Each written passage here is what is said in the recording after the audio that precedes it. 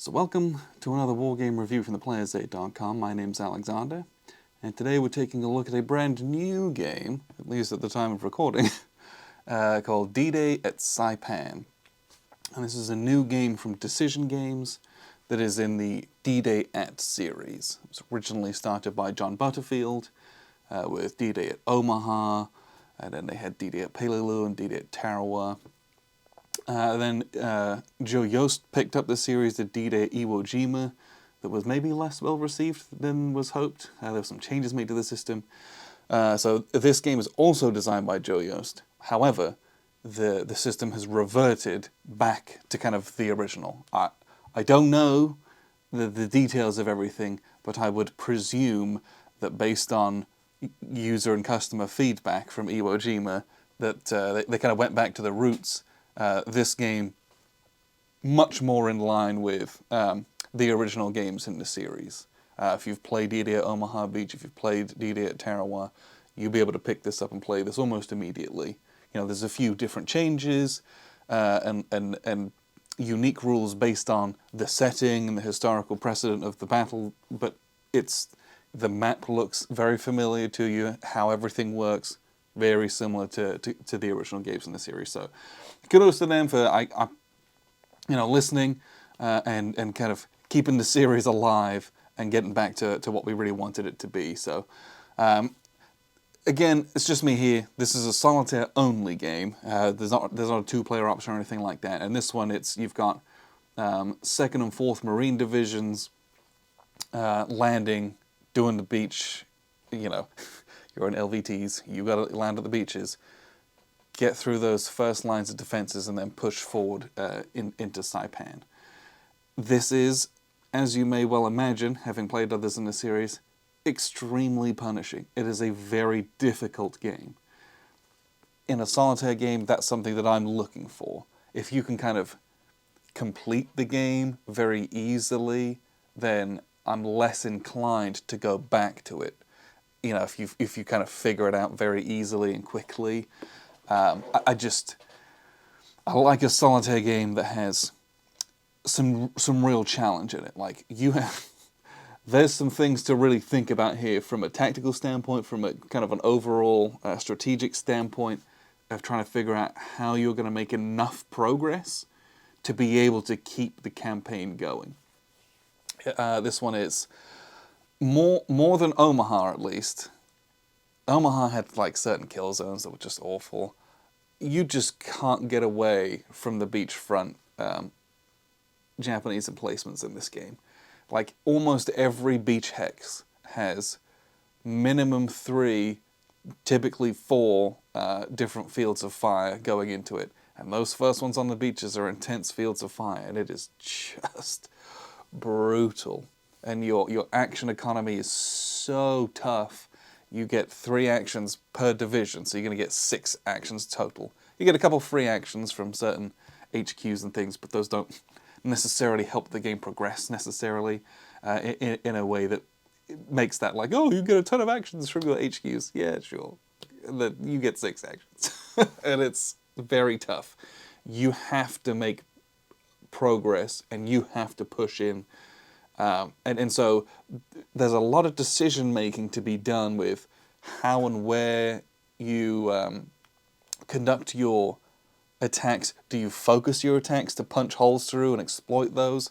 Or do you attack all along the line as best you can and kind of hope for some luck in there? Or do you mix and match some of that? Suffice to say, I haven't ever come close to winning this. Because you also, not only do you have to make certain geographical progress onto the board and establish a beachhead that matches what was historically done, you've got to do it without taking a certain number of losses. And whilst I never crossed that loss threshold, I was extremely close to it every time. So, like, I think 50 steps of infantry is like an auto lose, basically. Just in that first landing scenario, which is 4 turns, 50 steps. If you cross that threshold, it doesn't matter how much progress you made. It was like catastrophic losses. It's done with, basically. And so, but I never crossed that threshold, but I would be at like 46. I would be ever so close to it, where you were like, one fire card had gone a different way, and it would have been over very quickly. So this is a very grueling, very difficult game, but if you like this series, this will be right up your alley, and it's really nice to go back to the familiarity of what the games originally were, and so that was a huge kind of big plus for me. What I'll do is I'll show you how this works, and then I'll wrap up with a few final thoughts. So here's a look at the map and the game board.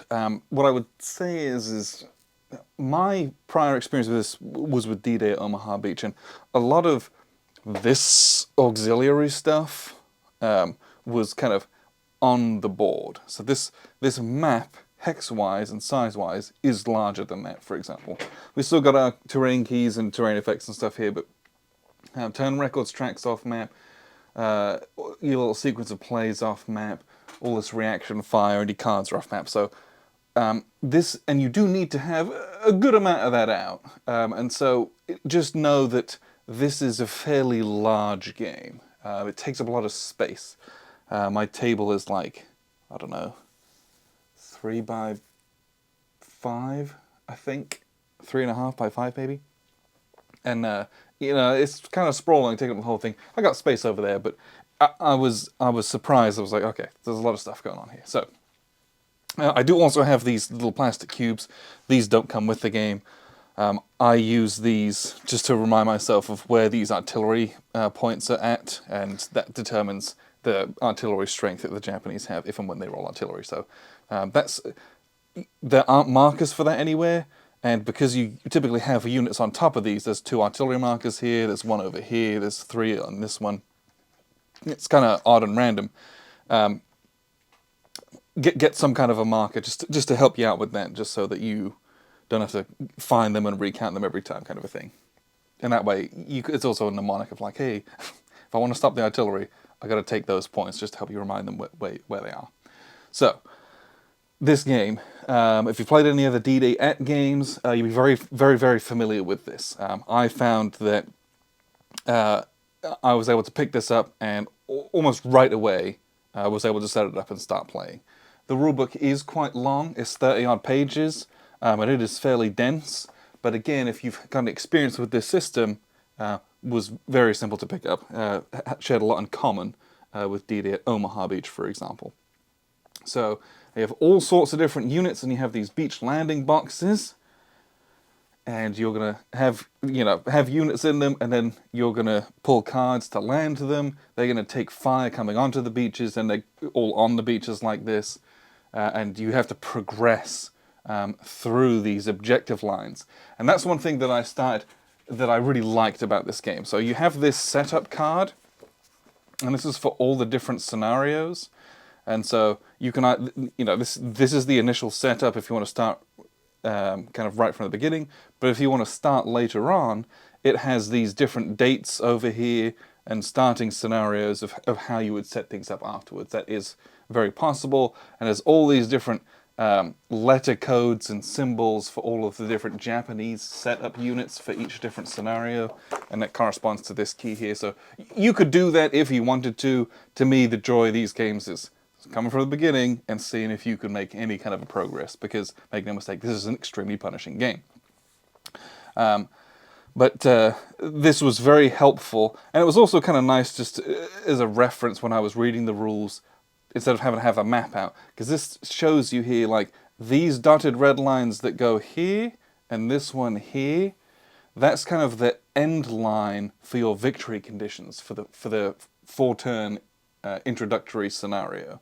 And if you can't make your units get that far inland, you're going to be in trouble. So this was a nice reference when I was learning the game of like, hey, I need to make this kind of amount of progress. And as you can see, some of that progress is very slim, and that's an indication of how difficult this game is to make progress. So the game has this really, really good, really helpful sequence of play. And you just kind of go through it, through the phases, and it tells you, hey, you're going to do this phase, and then there's an HQ phase, but you skip it on game turns 1 through 4. Great. Then there's the first event phase. Skip it on turn 1. Great. Japanese fire phase. And it tells you what to do with all of these things, and you just kind of go down the line and do them. You're going to reference the rules. I found myself referencing the rules mainly for like hit priorities and just some of the details of some of the movement under fire, because moving from all these different coloured fields of fire that are kicking around, how you do that, what kind of units are doing it, if it's an intense or a steady field of fire, just slight little nuances. That was the things that I was looking up in the rules mostly, but you know, you get that real quick. So the game itself is powered by this deck of cards, which I realize is probably just off camera. And every time you do something, pretty much, you're going to pull a card. So if you're making a landing check in this sector during the amphibious ops phase, you pull a card. And you are looking at this section up here. And so we've got these three units here. And if it's a circular unit in the 2nd Marine Division, which these are 2nd Marine Division, we have a circular unit, it drifts 1 box to the left, and then it's going to do its little landing. These guys aren't affected by drift, and so they have the option to land if there's enough space on the beaches. Right now we're very heavily stacked, so we will probably just hang on to them till later. But then you're also, during the landing phase, you're going to shoot your brown fields of fire that are in this section only. So you can look at each of these little beach sections, and it tells you, hey, red 3 has these 6 colors of fields of fire. This green 2 only has the 5. They don't have the pink one in this particular section. So this is a really nice quick reference, basically, of like, oh, I don't need to look for the brown, like the brown ones here, instead of having to pick up all the stacks and look at the fields of fire, you're like, okay, there's definitely a brown one in here somewhere, let's go and take a look for it. So we're going to look for our little brown field of fire, and the thing to remember here is that generally speaking, as kind of a general rule, each of these defensive positions has kind of a range of 2. So you're kind of looking at that and saying, okay, where's one that's 2 away, and that's kind of my little reference for it. And so you would then resolve fire in beach hexes of the brown one. So there isn't one there, which is quite nice. So we've got our 3 little beach hexes. There's no little fire there. And you would apply losses and take losses as you're landing, and it's fairly grim. So, for example, if we've got brown here, we're going to take a loss, and those losses are going to start with priority it will be a unit with a circular symbol. And so there's lots of symbol matching and color matching, and if you symbol and color match, it's usually not great. So, for example, let's just kind of look one on the board. Let's say if we'd pulled this, do we have a little circle guy here? Great. Do we have brown here? No. So we've got, let's say we've got a brown guy, so we've got brown, and it matches our little circle. And that's important because you're only going to do kind of 1 damage with that, but this is about who it gets applied to. You don't get a ton of choice in application of hits. The cards are going to dictate that to you. So he's going to take a hit, and when you take a hit, you almost always become disrupted as well. So you do get a little disrupted marker, and then we're going to give him, so he's got 4 little black pips here. We're going to give him a 1 step loss marker, which gives him down to 3 pips, and he's -2 strength, and he's got all these little stipulations that we'll get to. So he kind of becomes that, and then we'll kind of go sit him on the beach, basically.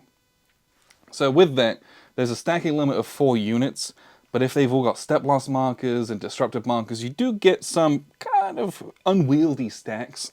So I do recommend using some tweezers for some of those, because especially early game, it gets quite crowded. As you kind of push inwards, it becomes less so, but it's something that you'll want to kind of consider at least. But you're going to pull cards for all these different landing sections.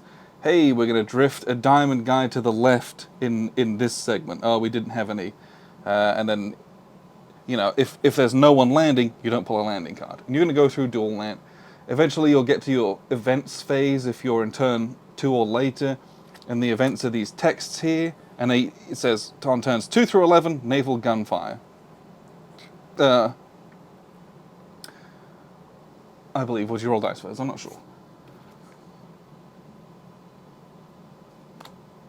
And then, and you're going to reference, let's see, all of the events are on the back of the rules book. And so, naval gunfire, you get a naval gunfire marker. It's real simple. And the naval gunfire you can use in your actions phase to do bombardments. There's a heroism marker. If you get heroism, you can add a hero marker to a particular stack, and there's rules about where you can do that. And hero markers help you to do good things. Then you're going to go to the Japanese fire phase, and the Japanese fire phase is where things start getting real hairy. So, Japanese fire phase, you pull a card, and you start to reference these 4 symbols only. And a lot of the rest of the time, you're pulling a card per thing that you're kind of trying to do. For the Japanese fire phase, you just pull the 1 card. And you apply it to basically the whole map. And so, you're going to activate all of the golden/yellow defensive fire positions. And they're going to do fire. They're going to target, as a priority, a diamond-shaped symbol. And there's a little play aid for this, which is very good, by the way. So for example, this is unoccupied, it does no action. If it's occupied, it does a fire, and then we've got this little armor symbol in it, with the kind of, the oval looking symbol. It does an extra armor hit, which can be lethal and very devastating. So, let's say, hey, we got this little golden yellow one here in B2, or is that 12? B12. We're going to find something that's got a diamond in it, hopefully. We do not. But, so not in that stack, so let's take a look at, he can't shoot into there because there isn't one there. Okay. So, if you start getting through priorities and there isn't a diamond one, he's going to apply it to kind of the biggest infantry stack that's unwounded. And these are all in real bad shape. So we're going to flip this guy, and we're going to disrupt him. That's not good. But on top of that, he does this extra armor hit. So this poor little LVT, he's going to be dead. And I'll put that little stack back. And he's going in the eliminated box up there. It's not great. And so you're going to go through every occupied yellow emplacement and do the same thing. So this one's occupied by us. We knocked that out. No, this one's empty. We just did that one. This guy's got a pillbox and a depth marker as well, which means it's very difficult to kill, but he's going to shoot, for example, this stack here. Because, oh, he can shoot down here as well. Oh, and he can shoot down here. Here's a diamond one. So this has a step loss marker, so it's at 3 steps. We remove this and flip him over. He's down to 2 steps. And he also has an extra armor hit, but nothing in range of him is armor, so that extra armor hit is kind of wasted. Empty, and then this guy up here. So he's going to shoot this stack down here, and we're looking for a diamond unit. We have one, just the one. Same thing, he's got 3 steps, so he's going to get reduced to 2, and we don't have any armor units in that stack, so we're good to go. And no one else is within range of any of the yellow ones. So having done that, you then move on to all the purple ones. So you're looking at all the different purple emplacements. Now the purple have an A on them, and the A is they like do an assaulting counterattack. However, that only starts at turn 5, and in the introductory 4-turn scenario, you don't have to worry about that. So that's nice. but you still have to do all of the purples nonetheless. They just do a regular purple fire. It's kind of gross. And so then you're going to do all of your fires with all the purple ones, and then you go to the blue ones. And then the blue ones, you're going to do the same thing. All the blue guys are going to attack. With an M, they have MG, which is effectively machine gun fire. And so it's kind of hard to see. This here, this solid pink dot is an intense field of fire, right? It's very close to this emplacement. Lots of fields of fire going on. Further away, this is considered steady. It's kind of got this hashed or quartered symbol, and so it's further away, so it's less intense. Or it's going into some woods, it's less intense. The fire is less intense in this hex than it is in this one and this one, for example. However, if you've got the M symbol, steady field of fire is considered intense field of fire. Hexes adjacent to steady fields of fire are also steady fields of fire. So when you get the M symbol, they're force projection. All of these now have a steady field of fire, and these have an intense field of fire, because they've just got the heavy machine guns going out of those. Very, very intense. So you're going to take a bunch of losses, and a bunch of awful things are going to happen to you. Now, if, for example, you pulled a red symbol on here, anyone who has a disrupted marker doesn't do anything. They don't fire. So let's see. Do we have a red one here? So great. So if we pull the red one, all the red guys don't attack because they're all disrupted. But what you're going to do then is at the end of they've conducted all their fire with the blue and the green, then all of the red ones remove their disrupted markers. So now they're ready to fight next turn. Ooh, that guy's been revealed. Nice.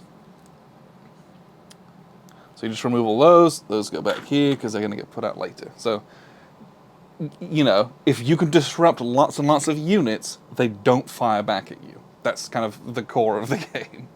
There is a second event phase that you can do in turns 5 and beyond. Then you go to the US action phase, and the US action phase is particularly punitive. You cannot do a lot of things in this game. And that's one of what makes it a good solitaire game, is that it is extremely difficult to do things in a coordinated fashion. A lot of the time your guys are just kind of sitting and holding. You have to force them to do things. So what happens in this game is that 2nd Marine Division gets 3 actions, and 4th Marine Division gets 3 actions. There's a couple extra things you can do with your HQs and stuff that can move and do some free actions, but nothing worth writing home about. You're going to attempt to attack with or move 3 units in each section of the board, and that is not a lot. There are events that can give you more actions, but those are kind of few and far between. And your actions are going to be to move or to attack. And early doors, you want to go for volumetric attacks, in my opinion, so that you can disrupt as many positions as possible, and maybe you'll get lucky and eliminate a few, because you have to punch holes in these defensive positions and then charge through. But moving through some of these positions is so difficult because when you leave a hex, you're going to pull a card. So for example, let's say we got this unit in this hex. We want to try to move next to this red dashed end line, because that's going to score us victory points at the end of the game if he's not disrupted. If I choose to move here, that expends all my movement point because I'm leaving a hex that has at least 1 intense field of fire. And then what I'm going to do is I'm going to pull a card, and we're going to look at the fire symbols, and if any one of them matches any one of these 4 colors, we don't move, we get attacked and we get shot and disrupted, and it's just the worst. So you pull a card, great. We pulled 2 symbols that match, so you don't actually move. That was one of your 3 actions. And so it's imperative to start. You'd rather attack to try to eliminate a few of these, then I can maybe try to move on subsequent turns, and it's more likely that I'll pass this kind of movement check, so to speak. But it's still extremely difficult and extremely punishing. So concentrating, oh, I'm going to attack with 3 guys on 1 hex. That's great. You may well do that. But it's such a horrible use of your very few actions, because you then can't do anything else to follow that up with. And they're going to pull a card and undisrupt the next turn, basically. It's odds on that something like that's going to happen. So you really have to attack everywhere all at once and try to get things revealed, and then keep pouring on the fire, and then just kind of push on through in the gaps that you can force, basically. But very, very punishing. It's very difficult to get off the beaches in this game. But that's what you're doing. When you attack, let's say we're going to attack, I've got these 3 units here, and they're going to attack this hex here. This hex is a woods hex. It's a woods hex here, and a woods hex, US attack strength is halved going into it. So my attack strength here, I've got 7, 8, 9, 10, 11. So we're going to half that round down, because the game's real mean like that. So I've got 5 points going into this. And what you do is you reveal, and this has 2. So we're currently at 4-to-1 odds against this guy. That's a good starting point. Now what we're going to check is to see if we have the correct weapons to defeat that guy. And this is one of the really neat parts about this game. So to defeat this, not only we have to have the odds to do it on the matrix, but we have to have machine guns, this little MG symbol. If we don't have any MGs, our odds column gets shifted 1. Currently we're at 4-to-1, so we're good. But if we didn't have any MGs, that would get shifted, and so max is 3-to-1, it goes down to 2-to-1. And so what you can see here is you've got this US weapons chart. An infantry with full strength attacking from an adjacent hex. I have an infantry unit here, and here, attacking, so just this one specifically is the infantry company, attacking at full strength from an adjacent hex. We fulfill that criteria, therefore, it is considered that our infantry unit has a bazooka, a machine gun, a mortar, I forget what this is, a radio, demolitions, and a flamethrower. Like, that's inherent in that unit. And so we do fulfill those conditions, so we don't have to get a nasty shift on the columns. And so we end up with 3-to-1 odds against him, and JE means 1 Japanese unit's defeated. Great, he's defeated. He's an elite unit, so there's like some hilarious rules about him going back to the reserves pool and being able to kind of infiltrate out later on. But for the purposes of this, we'll just eliminate a guy. And unlike every other war game, and this is another hallmark of this, there is no advancing after combat. You don't get to cheekily move in there, because you killed some guys, but you're still under extremely heavy fire. So that was, I spent 3 actions, that's all the actions for this whole division, just eliminating 1 unit. And then next turn, I'm going to spend 3 actions to move these 3 guys into this space. And then a whole turn later, in turn 3, I'm gonna start moving them out like this. But then each time they leave an intense field of fire, so now we've killed this blue and this yellow, there's only, or green and yellow, there's only this blue one here. So when we tried to move them out, hey, we didn't pull blue, so they could all move here. And we're going to pull blue and yellow again when they try to leave that in turn 3. Well, guess what? We pulled blue, so one of them's going to have to stay behind, and 2 of them could leave. And so your action economy in this game is so punishing. And now, great, we've pushed this beachhead back, but now we're under intense fire from this guy over here. Like, the game never stops throwing units at you. And you can see there's all these vacant defensive positions.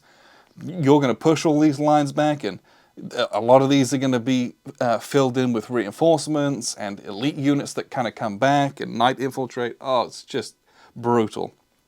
But that's kind of how this game works. It's sneaking through your moves, odds-based combat, and it's just kind of a straight result. There's no dice rolling in this. Movement, it's, you pull a card to see if you get hit when you move, and one of the units in your stack is going to take a loss, basically. And then there is, later on in the game, there's Japanese raids where they actually come and counterattack you and stuff, and it's very nasty. But then you just kind of reset and go again. But that's at least somewhat of how this game works. And what I'll do is I'll wrap up with a few final thoughts. So that was a look at the game and how it functions. I have a really good time with this series. I like them. I've only played Omaha and Saipan. So I've got Peleliu on the shelf.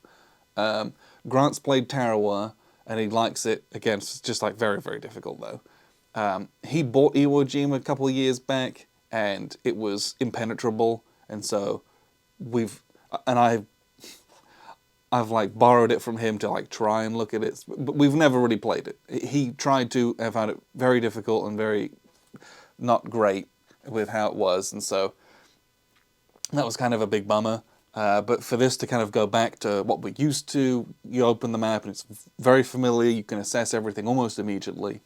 So for that to work the way that we're used to it being in this series, it was nice to kind of go back to, you know, a familiar friend, basically.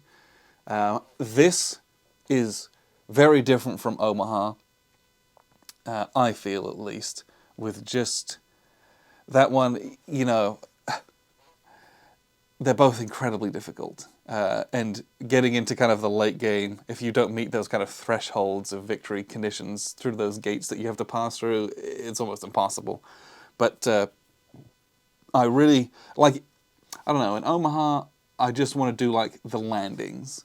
In this one, if I can get past the landings, there's enough, because they've added enough where you've got all these Japanese counterattacks and raids, and there's these Japanese tanks that can roll out, and they have artillery that you have to go out and take out because they're shelling the beaches and things. I just felt that stuff was, I don't know, I want to play like the full games of this one more than I do of Omaha.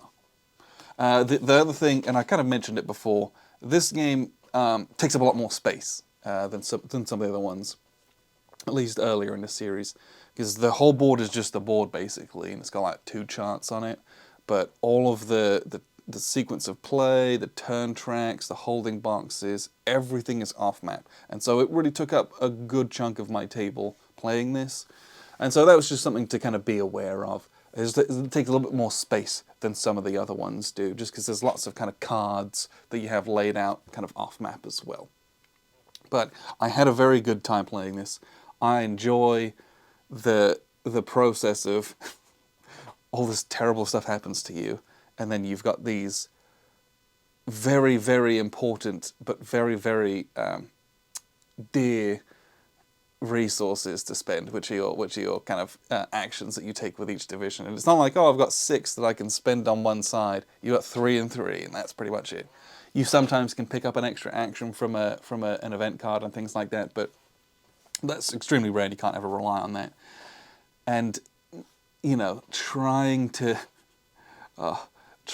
get things to go, and then you reveal that Japanese unit, and it's like, oh, I don't destroy it, I just disrupt it, and that doesn't really help you. It's actually like, oh, getting off the beaches in this game is so difficult, because it's just this wall of intense fire.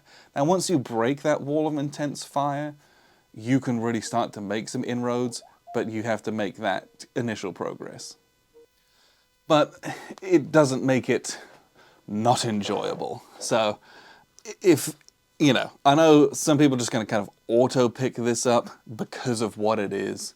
And if you've been scared off by Iwo Jima, I would say give this another look in, because they've taken it back to what it was. And I hope that was kind of evident by what was shown today. The rulebook, if you're new to this series, and then you're like, oh, this is new, I might dive into this, just know that this is quite an intense rulebook. It's like 30-odd pages, and it's pretty much all text. Most of it was written in the sequence of play, which is something that I very much appreciate. Like, you just kind of go through everything. But just know that one of the idiosyncrasies of this rulebook is that it will explain, like, it. I don't know how to describe it. So they explain kind of, this is how to assess step losses, and then, like, this is how to conduct a Japanese fire card or whatever. It explains, like, the processes of those, and then after that, it then says, to resolve fire, do this. And it says, like, pull a card, match this, do your step losses, move on. So, like, normally you'd have, like, the overview first and then the details explaining it. In this rulebook, that's typically kind of reversed, where it says, like, this is the details of how to conduct these things, and then afterwards it's like, this is the order in which you do them. Like, it was just, I had to, like, it was just kind of strange. I don't know if I've ever seen that in a rulebook before, and so don't let that kind of get in your way. Just understand, like, you have to read the whole section, and then you're good to go. So, like, some other rulebooks, you can just kind of, like, you can play as you read. In this one, it's like, oh, cool, I just learnt how to choose which units to take step losses at.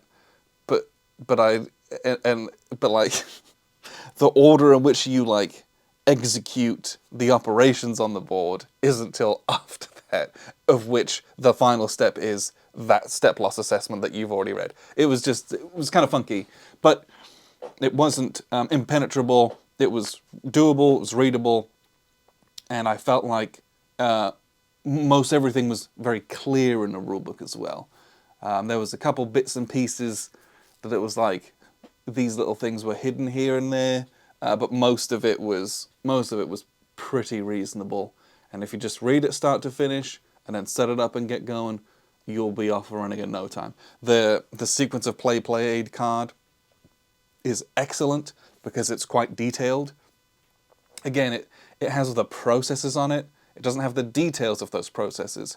But once you've read the rule book and you understand how to, what you're looking at, the most kind of complicated part of this game is, depending on which kind of card you're pulling and which phase of the game you're in, it's how to assess your own losses. And there's a sets of priorities.